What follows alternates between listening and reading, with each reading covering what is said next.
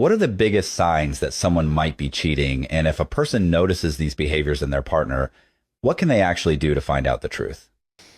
Okay, some of the biggest signs all have to do with the cell phone. Now, keep this in mind. And I'll get to the how they can find out the truth. So, and it's the truth is in their phone, is what I always say. So I'll talk about that in just a minute. But now, getting to the top signs of cheating, they all have to do with the cell phone. Now, there are other ones, but the cell phone is always the telltale sign. So, and keep this in mind: if if you see one of these behaviors in your partner, maybe you don't have something to be concerned about. You see two or more, you definitely. Number five is the key. If your answer to no, number five is no, you definitely have something to be concerned about. If you want to find out, again, I'll go over that. So, number one, phone face down. Number two is phone on silent. So if that phone is face down, maybe not a big deal, but if it's face down and on silent, yeah, you probably have something to be concerned about. Number three is guarding it with their life. I mean, everywhere they go, their cell phone is with them. Everything they do, their cell phone is with them. Do they panic if it gets out of their sight, or maybe if, God forbid, they forget where they left it? Number four is leaving the house soon after they get a phone call or a text that you might be lucky enough to see or hear.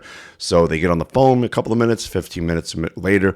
Oh, I have to go get coffee, have to go get milk or something like that. Now, and number five, as I said, this is the big one. Do you know their password? Do you have access to their phone? And will they hand their phone over to you upon request? Can you walk over to your partner and say, "Baby, can I take a look at your phone, or can I use your phone?" Anything like that at all? Any hesitation at all, you definitely have an issue. Now, sometimes people will give you their phone. That's because they have a burner phone, that second phone, and I'll get into that in another podcast about how you could actually detect and find a burner phone. But for now, if they don't give you access, ready, without any hesitation at all, you definitely have a problem. And I mean, like, even if they say, "What for? What's the matter with your phone?" Because usually after that, the gaslighting will start, and they'll say, "Well, this, that, here you go again." So anyway, if you want to find out what's going on, that's actually the easy part. The OTA spy apps that are often ProSpy, you get them at prospy.app. These things are fantastic. They're so easy to use because of the artificial intelligence, and they're fast, made for the average person. So you don't need to be like this techie, nerdy kind of person to use these things.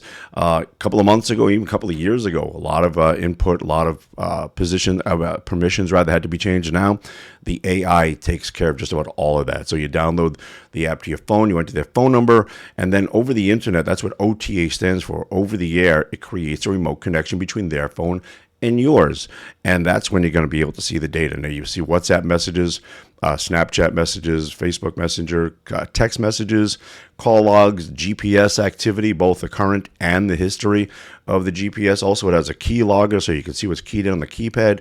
Even deleted text messages, deleted WhatsApp messages will be available for you. I mean, these things just cover everything. So once that remote connection is established, you get the initial upload, which will contain everything that's on the phone at that moment. And that's when people usually get the answers that they need, usually within the first 10, 20, maybe 30 minutes or so after they buy ProSpy. So that's the best way to, from what I'm hearing and seeing and experiencing, that's a fantastic